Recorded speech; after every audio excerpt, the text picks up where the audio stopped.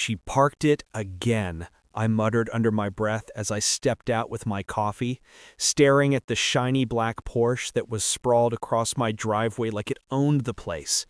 It was barely 6 in the morning, and the sound of the engine still ticking hot told me they'd just left it there, again. I knocked on their door the first week it happened, trying to be polite. Karen's son, Tyler, had just smirked. "It's just a spot, man. Relax. I'll move it later." He never did. I had to park out on the street, sometimes 2 blocks away, while his Porsche sat there untouched all day. Today, though, I'd had enough. My wife's car had to be left in the rain last night because of him. As I stood in the chilly air, Karen stepped out in her robe, her hair wild, carrying that same air of superiority she always wore. "You can't block my son's car," she snapped, before I even said a word, like she'd been waiting for me. I blinked at her. "Your son's car is in my spot again. This is my driveway." She gave a tight smile.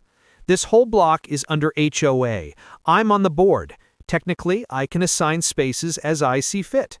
Tyler needs it more than you." I laughed, but it wasn't out of humor. "That's not how the law works." She crossed her arms. "You can argue all you want, call whoever you want. The spot stays his, unless you want to pay fines." That last part got me. I wasn't just angry, I was boiling. She had no authority over my property, but she spoke as if she ruled the street. The next morning, the Porsche was there again. Tyler had even parked it sideways, like he was showing off. I didn't say a word. I just stood there for a long minute, my hands in my pockets, while he walked off to his gym, tossing me a mocking salute. I called my buddy Rick that afternoon. Rick owns a towing company. He also happens to be a former Marine like me. "Need a favor," I told him. "Whose car?" Rick asked, chuckling. I grinned. "The kind of car that'll make the owner scream when it's gone." That night, I heard Karen yelling at someone over the phone. Her voice carried across the yard.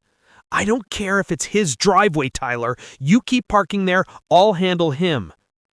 By sunrise, the Porsche was gone. Karen stormed over to my porch minutes later, face red as a pepper.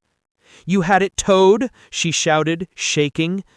I took a sip of my coffee and met her eyes calmly. "Nope, didn't tow it. I warned thee both. That spot's mine. Should have listened." She glared at me like she was about to explode. "Where is my son's car?" I leaned against the porch railing, lowering my voice just enough to make her lean in. "You'll find it, but you won't like what it looks like now." For the first time since we'd met, Karen didn't have a snappy comeback. She stood frozen, her jaw tight, her fists clenched. Something in her expression told me this was only the beginning, because people like Karen never stop at losing a battle. Karen wasn't the type to lick her wounds quietly. By noon, 2 HOA board members were standing on my porch with her, waving papers in my face like they were courtroom judges. "This is an official HOA violation notice," one of them said in a stern voice. "You vandalized a resident's property. You'll be fined, and we're reporting you to the sheriff's office." I took the paper, glanced at it, and laughed. This isn't even real. HOA doesn't have authority over my property, and I didn't touch his car. Karen's face twisted. "You think you're clever? My son's Porsche is at a scrapyard because of you. The front end is crushed. The wheels are gone. We have witnesses who saw your friend's tow truck last night." I felt my jaw tighten, but kept my voice calm. "You'll want to be careful accusing people without proof. That Porsche got what it deserved. And for the record, I've got cameras." That made her blink.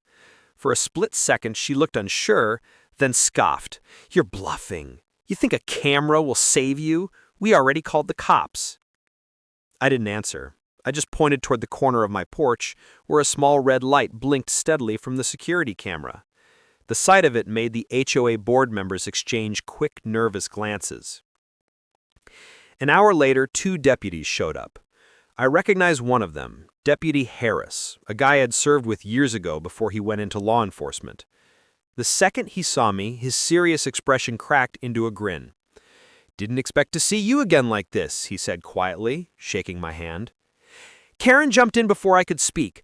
"Arrest him! He had my son's car destroyed. He's hiding behind fake laws. He thinks he's above the HOA." Harris raised an eyebrow at her. "Ma'am, we can't arrest someone without evidence. Did you file an official report?"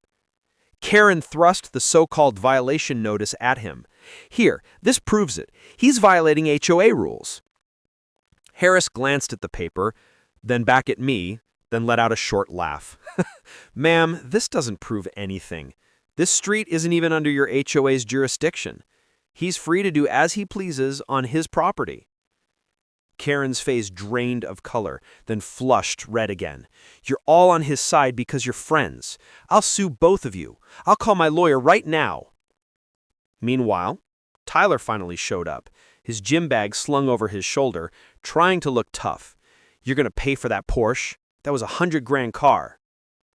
I looked at him, then at Karen, and said quietly enough for only them to hear, "You should have moved it when I asked the first time."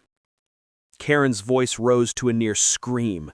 "This isn't over. You think you can humiliate us? I'll ruin you. I'll make sure you lose this house." Something in the way she said it told me she wasn't bluffing. It wasn't just about the car anymore. She wanted me out of the neighborhood. Harris gave me a subtle nod before he left, a silent message that he had my back. But as I watched Karen march off with Tyler, I couldn't shake the feeling she was already planning her next move, something much bigger than a parking dispute. That evening was eerily quiet, too quiet for this street. Usually I could hear kids playing or the occasional bark of a neighbor's dog. But that night there was only the wind pushing dry leaves across my driveway. I was sitting in the living room when my wife, Emily, peeked through the blinds and whispered, "She's out there again." I got up and joined her at the window. Karen was standing in the middle of the sidewalk, phone to her ear, her free hand slicing the air as she spoke furiously to whoever was on the other end. The streetlight above her flickered like it couldn't decide whether to stay on or burn out, making her look even more unhinged. "Probably her lawyer," Emily muttered. Karen stayed out there for almost 15 minutes before finally storming off. I thought that was the end of it, until about an hour later when the unmistakable hum of an idling truck reached my ears. I stepped outside and found a flatbed tow truck creeping toward my driveway. A man in a neon vest stepped down and walked up like he was just doing his job. "You the owner of the black F-150?" he asked. "That's mine," I said slowly, already feeling the anger rise. "Got an order to tow it," he replied, handing me a slip of paper. It wasn't an official order, it was a crumpled HOA letter with Karen's signature scrawled at the bottom. I couldn't help but laugh. "You know this is fake, right? You can't tow a car off private property with a piece of paper like this." He shifted uncomfortably. "Lady said it was blocking a fire lane." I pointed to the freshly painted curb. "See that? No red line, no fire lane. This driveway is mine." Before I could say more, Karen appeared again, this time with Tyler. She marched straight up the path, phone recording in hand. "Get it towed, now," she ordered the driver. "This man is dangerous. We need to clear the driveway for emergency access." Emily came out beside me. "You can't just show up here with your phone out and start making up stories," she said firmly. Karen shoved her phone closer to my face. "Oh, I'm not making anything up. You'll see what happens when I post this online. Everyone will know you're harassing us." I stepped forward just enough to make her lower the phone a little. "Careful with that," I said quietly. "You're trespassing. This is being recorded from 3 angles. Tyler smirked. "You think your little cameras scare us?" Before I could answer, the wail of a siren cut through the air. 2 squad cars rolled up the street, lights flashing. Karen turned to me with a triumphant smile. "There, let's see you talk your way out of this one." But when the first officer stepped out, my stomach tightened. These guys weren't from the sheriff's department. They didn't even look like local police. Their uniforms were off, wrong patches, no name tags. Emily whispered, "Those aren't real cops." Karen, however, greeted them like old friends. "Officer, please arrest this man. He had my son's car destroyed and now he's threatening us." The taller officer nodded without saying a word and reached for his handcuffs. That's when I realized things had just escalated from petty harassment to something far more dangerous. The taller fake cop stepped toward me, cuffs ready, but the second one kept glancing around nervously, as if he already knew they were in over their heads. I raised my hands slowly, not out of fear, but because I wanted them both to think I was about to cooperate. "You sure you want to do this on my property?" I asked calmly. The tall one sneered. "You don't get to ask questions. Turn around." Behind him, Karen was practically glowing with delight. "Finally, let's get this criminal out of here." Emily was already dialing her phone, but I shook my head at her. I had been waiting for a moment like this. I turned slightly so the camera above the garage caught my face. "Good," I said clearly. "Everything's being recorded." That's when the shorter fake cop's face changed. He shifted uncomfortably, then muttered to his partner, "We should just wait for the sheriff." Karen snapped, "No, do it now! Arrest him! He's dangerous!" Just then, the real siren came, deeper, louder, unmistakable. Karen's smile faltered as an actual sheriff's SUV rolled up and stopped behind the fake patrol car. The door swung open, and Deputy Harris stepped out, hand already resting on his holster. "What's going on here?" he demanded. His eyes went straight to the fake cops. "Let me see your badges." The taller one hesitated. We're assisting the HOA with a civil issue." "Badges, now," Harris repeated, stepping closer. When neither of them moved, Harris pulled out his radio. Within minutes, 2 more units arrived. The moment the newcomers saw the imposters' uniforms, it was over. Their fake badges were confiscated, and they were handcuffed right there in front of Karen's house. Karen's voice was shaking now. "Wait, I didn't know they were fake. I just called them to help." Harris turned to her. "You hired these guys to impersonate law enforcement. That's a felony, ma'am." Her face went pale. I didn't know." Tyler stepped back, trying to blend into the shadows, but Harris pointed at him.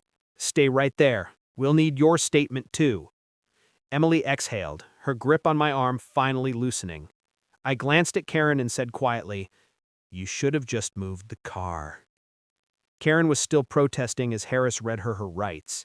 The HOA board members who had backed her earlier peeked out from their houses but didn't dare come closer. By the time the real cops hauled Karen and the 2 fake officers away, the street was lit up with flashing red and blue. Tyler stood there silently, glaring at me but saying nothing, as if he had just realized his mother's games had cost them everything. I put my arm around Emily and guided her back inside. "It's over," I said softly, though I wasn't sure I believed it until the last cruiser disappeared down the street. The next morning, neighbors I barely knew came by to shake my hand. One of them said, "About time someone stood up to her." I just smiled and went back to my porch, coffee in hand, the driveway finally empty. For the first time in weeks, it felt like my home again, quiet, safe, and mine.